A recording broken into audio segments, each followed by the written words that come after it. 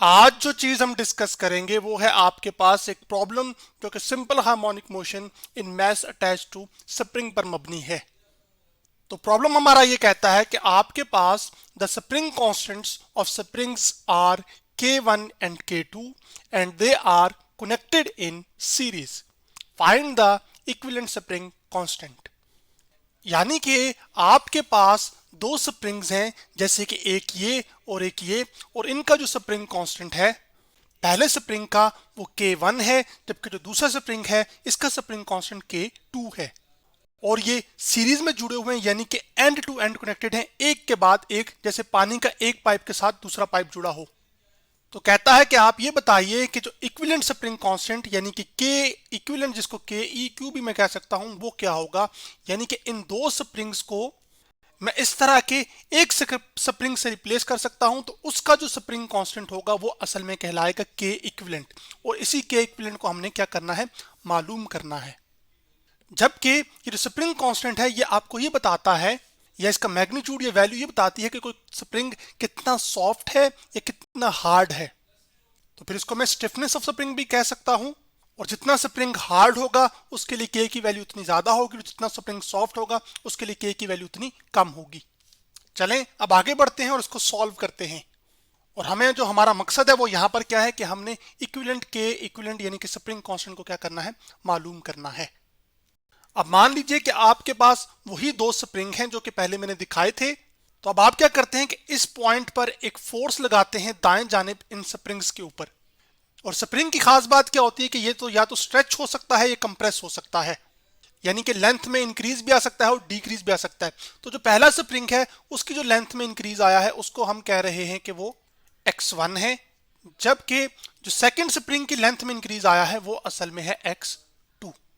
तो अब चूंकि दोनों springs end to end connected हैं, यानी कि सीरीज में कनेक्टेड हैं, इस वजह से हम फिर यूं कर सकते हैं कि इन दोनों स्प्रिंग्स को एक स्प्रिंग के साथ क्या कर सकते हैं, रिप्लेस कर सकते हैं। और जो दोनों स्प्रिंग्स ने डिस्प्लेसमेंट की होगी, जो उनकी लेंथ में इंक्रीज आया होगा, वो एक स्प्रिंग की लेंथ में हम कह सकते हैं कि वो असल में क्या है, x। तो अब जो टोटल स्ट्रेच आया है वो असल में क्या है, वो आपके पास वो x है, जो कि बराबर होगा असल में आपके पास पहले स्प्रिंग की जो लेंथ में इंक्रीज आया है x1, जबकि जो दूसरे स्प्रिंग की लेंथ में इंक्रीज आया है वो क्या है, x2।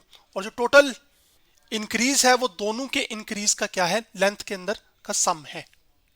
अब हुक्स लॉ के अंदर हम पढ़कर आ चुके हैं कि जब एक स्प्रिंग के ऊपर फोर्स लगती है तो जो फोर्स है वो आपके पास F, वो असल में बराबर होती है क्या, K, जो कि एक स्प्रिंग कांस्टेंट है, और साथ x के, और x वो इंक्रीज है जो कि लेंथ में आया होता है।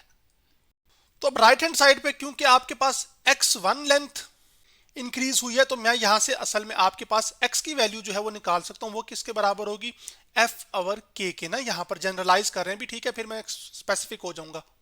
अब दोनों स्प्रिंग पर जो फोर्स लगी है वो तो सेम लगी है, तो x1 की जगह आपके पास यहां पर आ जाएगा F, जबकि डिवाइडेड बाय आ जाएगा हर F ओवर K1। और K1 क्या है, स्प्रिंग कांस्टेंट है पहले स्प्रिंग का, प्लस आ जाएगा सेकंड स्प्रिंग पर भी जो आपके पास फोर्स लगी है वो तो वही है जो F है। तो आपके पास यहां पर क्या आ जाएगा, F, और डिवाइडेड बाय इस स्प्रिंग का जो स्प्रिंग कांस्टेंट है वो मुख्तलिफ है, पहले से हो भी सकता है, सेम भी हो सकते हैं, मुख्तलिफ भी हो सकते हैं। तो अभी हम जनरलाइज कर रहे हैं कि ये K2 है, तो इसको हम फर्क करने के लिए पहले वाले से।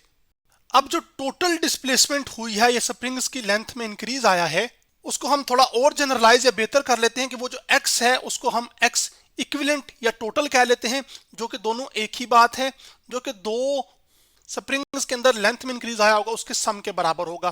तो अब इस x इक्विवेलेंट की जगह आपके पास फोर्स तो वही लग रही है ना, तो यहां पर भी आपके पास क्या आ जाएगा, F ओवर जो स्प्रिंग कांस्टेंट होगा अब वो के इक्विवेलेंट हो जाएगा। क्यों, क्योंकि दो स्प्रिंग्स की वजह से है ना वो। अगर तीन होंगे तब भी आप के इक्विवेलेंट इस्तेमाल करेंगे, यानी कि इन दो स्प्रिंग्स के जो स्प्रिंग कांस्टेंट है उसको हम एक स्प्रिंग कांस्टेंट के इक्विवेलेंट से क्या कर सकते हैं, रिप्लेस कर सकते हैं। तो यहां पर मैं लिख लेता हूं के इक्विवेलेंट, ताकि अंडरस्टैंडिंग सही हो जाए। अब आपके पास left hand right hand side के अंदर दोनों साइड पर आपके पास फोर्स कॉमन आ जाएगी, तो एफ ओवर के इक्विवेलेंट आपके पास आ जाएगा F, जो कि आ जाएगा आपके पास 1 over K1 plus 1 over K2। तो आपके पास, तो फिर ये F का फैक्टर इस F के फैक्टर से क्या हो जाएगा, कैंसिल। तो आपके पास जो इक्विवेलेंट स्प्रिंग कांस्टेंट है 1 ओवर K, 1 ओवर के इक्विवेलेंट आपके पास आ जाएगा असल में इंडिविजुअल जो स्प्रिंग कांस्टेंट है उनके रेसिप्रोकल के, यानी कि 1/k1 प्लस 1/k2। और ये जो के इक्विवेलेंट है आपके पास ये एक्चुअली लेस देन होगी हर एक इंडिविजुअल स्प्रिंग कांस्टेंट से, स्प्रिंग 1 के भी और स्प्रिंग 2 के भी। तो के इक्विवेलेंट को मैं लिख सकता हूं कि वो लेस देन होगा किससे, के 1 से भी, और के इक्विवेलेंट आपके पास लेस देन होगा इंडिविजुअल जो स्प्रिंग कांस्टेंट है के 2 से। वो क्यों? क्योंकि आपके पास ये रेसिप्रोकल्स ऑफ द इंडिविजुअल यानी कि 1 over of the spring constant से हासिल हो रहा है ना, और सबका फिर आगे क्या हो रहा है, सम हो रहा है। इस वजह से जो के इक्विवेलेंट है वो हर एक इंडिविजुअल स्प्रिंग कांस्टेंट से उसकी वैल्यू क्या होगी, वो कम होगी। उसके साथ साथ अभी ये हमने 2 स्प्रिंग्स के लिए किया है, आप इसको जनरलाइज कर सकते हैं किसी भी n स्प्रिंग्स के लिए। अगर वो सीरीज में लगे हो, जैसे कि इसका k1 है, फिर k2 है, फिर एक आगे स्प्रिंग लगा हो k3 जिसका स्प्रिंग कांस्टेंट आप कह सकते हैं, ठीक है, फिर आपके पास आगे लगा हो एक और फोर्थ लगा हो तो k3 k4, तो आपके पास यहाँ पे 1 इक्विवेलेंट क्या आ जाएगी, 1/k1 plus 1/k2 plus 1/k3 plus 1/k4 और सो ऑन चलता जाएगा। तो आज हमने एक प्रॉब्लम सॉल्व किया जो कि simple harmonic motion in mass attached to spring पर मबनी था, जिसमें हमने जब स्प्रिंग्स सीरीज में लगे हों तो उनकी इक्विवेलेंट स्प्रिंग कांस्टेंट को कैलकुलेट किया।